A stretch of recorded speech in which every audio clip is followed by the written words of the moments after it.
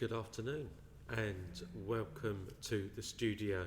Here we are coming to the end of May, and we are just coming out of some restrictions. We'll come back to that in a minute. I just want to say welcome. This is Dawn here with me. Dawn's a church warden here at St Sed's, and we are trying to connect with you, as we say every week, probably on the studio. And we're hoping to be able to get people into St Sed's to have a cup of coffee or something in a few weeks' time, when things are a little bit easier and things are organised. But the studio is here each week to connect with you in the community around Bridgewater Drive, Mendip, Treecott, all around this area. If you're outside that area, you can join in too, as you watch on YouTube or on Facebook Live. But what is in the news? Well, of course, it has been for the last year about coronavirus and restrictions and lockdowns and all that kind of thing. And there's the restrictions are easing. I was going to ask what difference it has made to you. If you want to make comments, you can put your comments on there now. You can join in this discussion, and we'll be able to see or hear your comments. Dawn, you spoke to us a few weeks ago about how you found lockdown. Yeah. What about the restrictions, about the easing? What have you done? Has it made any difference to you? A few changes. Yeah, it's been quite nice. Yeah. We went in. We were looking somewhere for a coffee, and we were near a McDonald's, and it was nice to actually go and sit in McDonald's for a coffee rather than sitting in the car park having coffee. Yeah. So that was quite nice, and I think there was quite a nice feeling in there as well. Other people were in there, and they were just enjoying a bit of normality, which was good. Yeah, much. Yeah, it's a big difference to be able to come inside, isn't it? Yeah, definitely. And see other people, and is at the coffee house at St Stephen's. We'll go at St Stephen's, at St Peter's. We've had people inside, and that has been. I think more people have come because it probably is too cold outside. I know some people came outside as well. But there's been a buzz around the place in the coffee house, and people started chatting and all of that. And there is sanitizer there, and all those things that we're still doing. And we had our first slimming group meeting. All right, yeah. And that was nice, just seeing people face to face rather than on Zoom. That made such a difference. Yeah. It was really nice just seeing people in real life rather than on a screen. That is a real big thing. So you haven't got 30 people all listening to your conversation. Yeah. Yeah. So you can have a chat with a friend. Yeah, definitely. Yeah. It does make a big difference. Yeah. What about hugging? Because that's been a thing that a lot of people have spoken about. A lot of people have missed being able to hug each other. How have you found that? I've hugged my mum, that's nice. Oh, yeah. That's really important, I think. And my best friend, she's a hugger anyway, so I was never going to avoid that one. Yeah. But a few random people have asked for hugs. Right. A customer at work, that was a bit strange, but some people just need that reassurance. I think they've gone so long without human contact that it's really important to them. So you know what I found interesting, because I thought before, when we were anticipating this, I thought everyone was going to go around hugging everyone, and we really miss hugging, we want to hug everyone, and all of that. Actually, what I've found is that people have been very cautious, and I've had very few hugs, one or two, but people are very wary, and I think that's right at this time. Definitely. Hearing the news about the Indian variant and all of that, and that's spreading. There's a few cases in Southend as well, and I think people are being careful and wary. So I think that's kind of surprised me. But I think it is important to be wary, because we don't want to be responsible for another outbreak. Well, no, that's right. That's right. So we can ask people permission. And have respect for each other. So Definitely. I think we've learned something actually in these last few months. So that's about hugging. I was going to say something which completely gone now. But going back to the coffee, I thought when we get into the coffee house, and we're friends there, and we thought, oh yeah, everyone would be hugging, but it hasn't been like that at all. But the coffee house is a friendly place for people to come.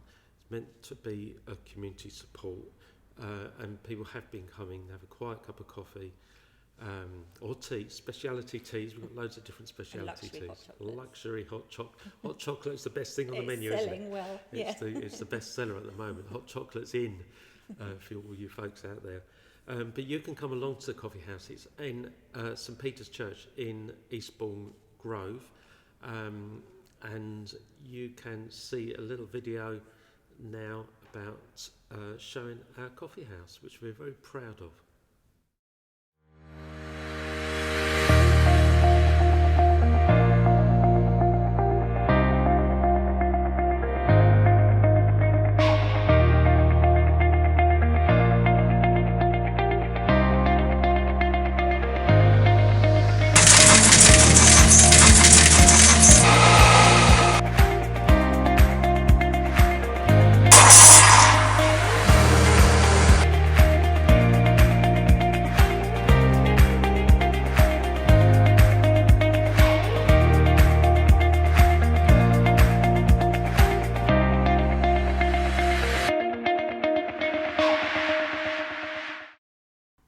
Welcome back, and at the studio here we ask questions, and so if anybody watching out there has got any questions that you want to explore, anything that you want to discuss, or whether you just want a simple answer, if we can answer it, we'll try and help. But we've been asking questions, and I've got a couple here. We're not going to do all of these today. I've lost that now. What could we do as kids when we were kids that you're not allowed to do now? And that was a question that's been raised on the messages. What were we allowed to do? Well, I used to do loads of things. Climbing trees was I'm sure kids do that. Yeah. I remember it was the end of the football season. Now, I remember going to Wembley to see West Ham in the FA Cup when I was 14. And so we were right across London on our own, on my own, with me and a couple of friends. So we used to go out lots of places, like age 10, 11, probably secondary school age, 11, 12, 13. No parental escort cars or anything like that. But you wouldn't. No, I remember going to my first pop concert. Yeah. I think we went to New Kids on the Block, and a friend and I went, and it was booked through a coach trip, so our parents knew that the coach was taking us. We'd go to the concert, we'd get the coach back home, and it was all safe. But the thought of letting my girls do that at 14 was, I'd never considered that, really. No, not at all. Yeah, it's interesting. And we would go to the park. I remember school holidays, I'd go to the park at 9 o'clock in the morning and come back probably for lunch, and that was it. Yeah. You were just you was allowed out. You'd more, go out in you? the street. Yeah. We'd be on our bikes, going up and down around the blocks and everything. Yeah, we used to be out on our bikes, and it was dinners at 6, and you'd know that's when you had to be home. Be back, otherwise you're in trouble. Or you'd have cold dinner. No, we had to be back. Is that because the streets were safer in those days, or is there a fear that is justified, or is it not justified? I don't know if it's the whole health and safety world. We're a lot more cautious now, aren't we, because of all these policies that are put in place. So it makes us question everything more. Whereas health and safety, even 15 years ago, wasn't as it is now. So you have to read the manual before you go out and play in the garden or in the park or whatever it is. Well, it's even down to sending your children out with a cycling helmet and elbow pads and knee pads. We didn't have any of that, did we? I remember when our kids had skateboards, we tried to get the knee pads, elbow pads on them. Would they wear them? No, they wouldn't. Yeah, I've been advising our neighbours they're not children, to wear a helmet when she goes out cycling. And it's become a bit of a joke, and she got a helmet for Christmas. But but that's a real safety. Yeah. That is a real safety issue. Yeah. That we should take seriously.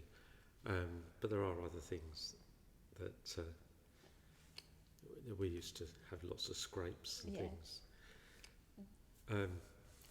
One of the interesting questions that's come up is about faith and spirituality. It's about how we express the spiritual side of life alongside the physical, the safety stuff, and all of that in our society. And you may be interested to know that Southend Council has put on a faith and belief. It's the first time there's been a virtual exhibition on faith and belief.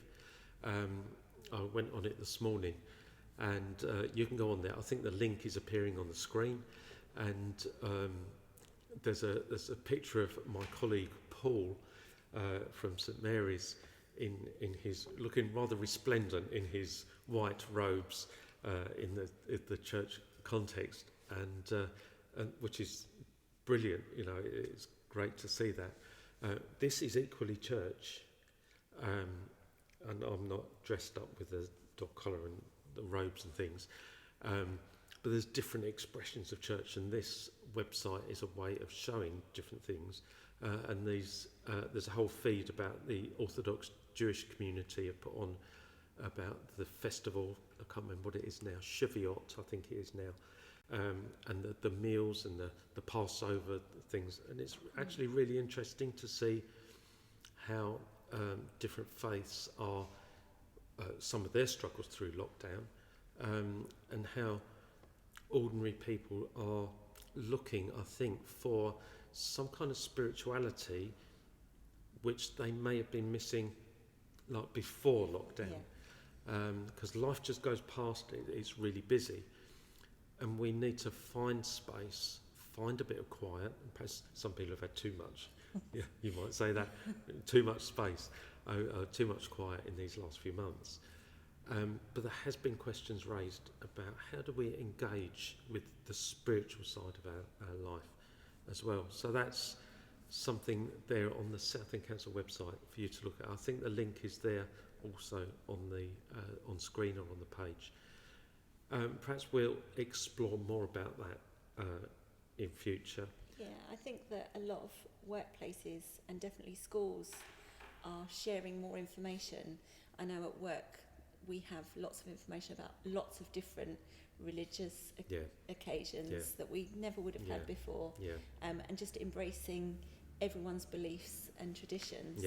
And I noticed the school are sending out more information about that sort of thing as well. So it's I think it's about including everyone, isn't it? And learning. Understanding, because often faith and things has been a barrier, or now it should be something that we can all embrace. This Sunday is what the church calls Pentecost, and there is a great little children's video talking about children and their spirituality. I think we're going to show you a little clip from it right now.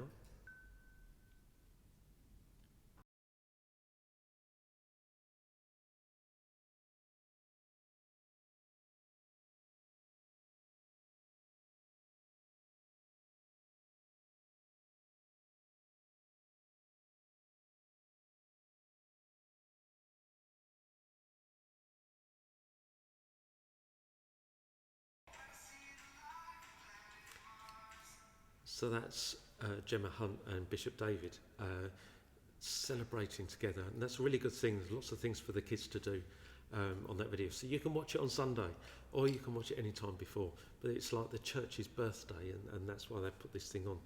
Your girls are a bit old for that, but I'm sure they might enjoy it actually.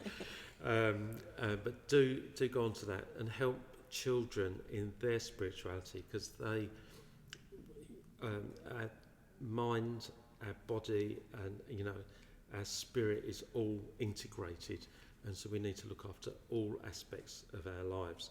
So I said more about that in the future. Next week, I am hoping to be interviewing Bernard and Cornelia. They're coming to work for us.